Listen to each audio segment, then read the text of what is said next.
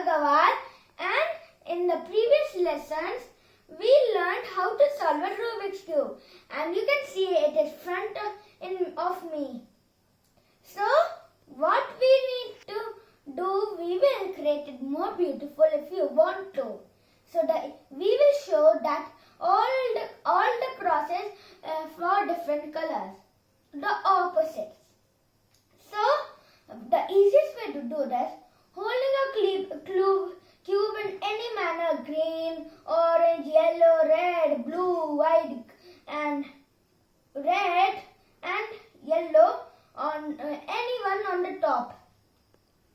Okay, I am putting blue on the top. So the easiest way to do this is doing double U or double UI. I am going to do double U. Like this it should be happen. Now I am going to do D-I 2 times or D 2 times. It should be like this. Then I will do now I will flip my cube like this, and I will do again U or UI 2 times,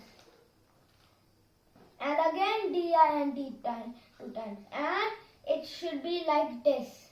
Now we will do F 2 times or F 2 times, and we will do B 2 times or BI 2 times. And you can see we got these crosses.